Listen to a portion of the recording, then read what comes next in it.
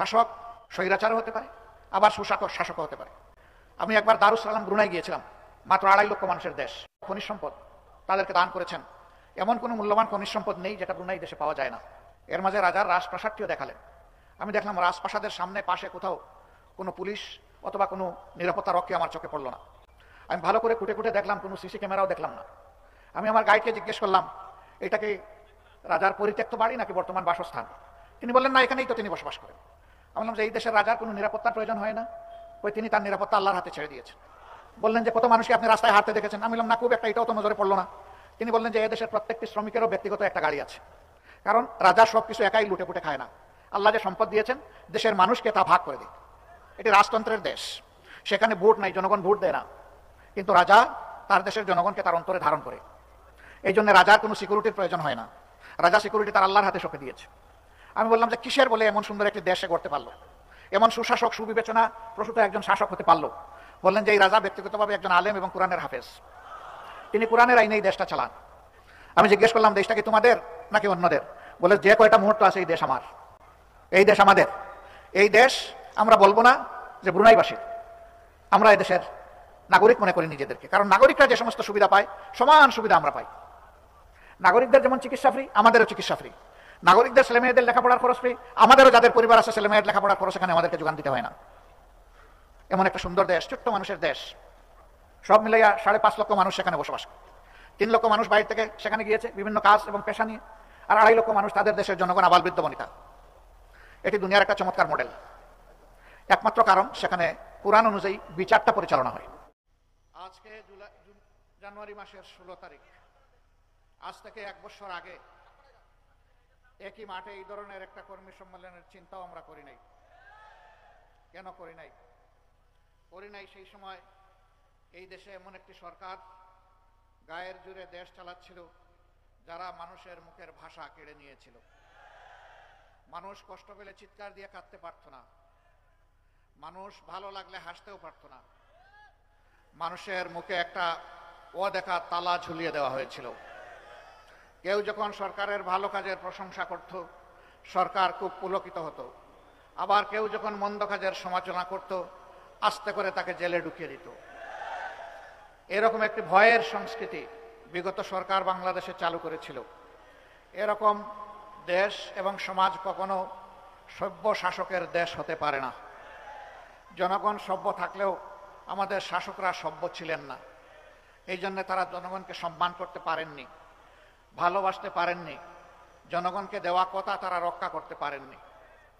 আজকে শুনি আওয়ামী লীগের একজন নেতা বলেছেন, এখন চালের দাম এত কেন? তারা 2009 সালে ক্ষমতায় আসার আগে বলেছিলেন, আমাদেরকে ভোট দিলে 10 টাকা কেজি মূল্যে চাল উপহার দেব। তারা কি তাদের পুরা সময় 15 বছর 15.5 বছর 10 টাকা কেজিতে মানুষকে চাল দিতে পেরেছিল? পারে নাই। আমি জাস্ট একটা উদাহরণ দিলাম। এইভাবে জাতিকে দেওয়া একটা ওয়াদাও তারা সত্যিকার অর্থে বাস্তবায়ন করেনি, কারণ তারা ক্ষমতায় আসেননি জাতিকে ভালো কিছু দেওয়ার জন্য, বরঞ্চ তারা ক্ষমতায় এসেছিলেন তাদের নিজেদের ভাগ্য পরিবর্তন করার জন্য। আপনাদের এখানেও তাদের অনেক নেতা ছিলেন, আপনারা তাদেরকে দেখেছেন তারা মানুষের সাথে কেমন আচরণ করেছেন। তারা এমপি হওয়ার আগে, নেতা হওয়ার আগে, মন্ত্রী হওয়ার আগে, তারা সচিব হওয়ার আগে কেমন ছিলেন, তাদের সহায় সম্পত্তি কেমন ছিল, আর 15 বছরে খেয়ে দেখ তারা কেমন মোটা তাজা হয়েছিলেন তা আপনারা দেখেছেন।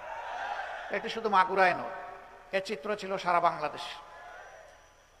তারা বলতেন, কেউ কেউ বলতেন যে এই দেশ থেকে আমার পাওয়ার কিছু নেই, আমার সব কিছু আমি হারিয়েছি, এখন এই দেশকে শুধু দেওয়ার পালা। হ্যাঁ, তারা দিয়েছেন, ছোপ ছোপ রক্ত আর খাড়ি খাড়ি লাশ উপহার দিয়েছে। শাসক স্বৈরাচারও হতে পারে, আবার শাসকও হতে পারে। আমি একবার দারুস সালাম ব্রুনাই গিয়েছিলাম, মাত্র 2.5 লক্ষ মানুষের দেশ, খনিজ সম্পদ তাদেরকে দান করেছেন। এমন কোনো মূল্যবান খনিজ সম্পদ নেই যেটা ব্রুনাই দেশে পাওয়া যায় না। দেশটিতে 10 ঘন্টার জন্য আমি একটা সুযোগ পেয়ে ঢুকেছিলাম এই দেশটি দেখার জন্য। আমার গাইড, তিনিও বাংলাদেশের একজন বিশেষজ্ঞ চিকিৎসক ছিলেন, সেখানে সরকারি হাসপাতালে চাকরি করতেন, বাড়ি তার সিরাজগঞ্জ। তিনি ঘুরে ঘুরে বিভিন্ন জায়গা দেখালেন, এর মাঝে রাজার রাজপ্রাসাদটিও দেখালেন। আমি দেখলাম রাজপ্রাসাদের সামনে পাশে কোথাও কোনো পুলিশ অথবা কোনো নিরাপত্তা রক্ষী আমার চোখে পড়ল না। আমি ভালো করে কুটে কুটে দেখলাম, কোনো সিসি ক্যামেরাও দেখলাম না। আমি আমার গাইডকে জিজ্ঞেস করলাম, এটা কি রাজার পরিত্যক্ত বাড়ি নাকি বর্তমান বাসস্থান? তিনি বললেন, না, এখানেই তো তিনি বসবাস করেন। আমি বললাম যে এই দেশের রাজার কোনো নিরাপত্তার প্রয়োজন হয় না? ওই তিনি তার নিরাপত্তা আল্লাহর হাতে ছেড়ে দিয়েছেন। আমি বললাম যে কেন, তার দেশে তার কোনো দুশ্মন নাই? বলে, দুশ্মন থাকবে কেন? তিনি তার মানুষকে এতটাই ভালোবাসেন যে মানুষ তার জন্য পাগল। এই জন্য তিনি কোনো মানুষ নিরাপত্তার প্রয়োজন অনুভব করেন না। আমি বললাম, সেই পাগলামের দুই একটা নিদর্শন আমাকে দেখাতে পারবেন? উনি বললেন যে হাঁটতে হাঁটতে আপনি নিজেই দেখে নেবেন। হঠাৎ করে একটা গাড়ি সামনের দিক থেকে আসতেছে, এমন কোন গাড়ির আগে বাংলাদেশে নেই, অন্য কোন গাড়ি তারা নির্দয়ভাবে হত্যাকাণ্ড সংগঠিত করেননি। বললেন যে ওই যে রাজা মহোদয় ক্ষমতার শেষ দিন পর্যন্ত তারা এই কাজটি করে, তিনি রাস্তা দিয়ে গাড়ি চালাচ্ছেন আর তারা পালিয়ে গেছে। তার দেশের জনগণকে সালাম দিয়ে দিয়ে তিনি যাচ্ছেন।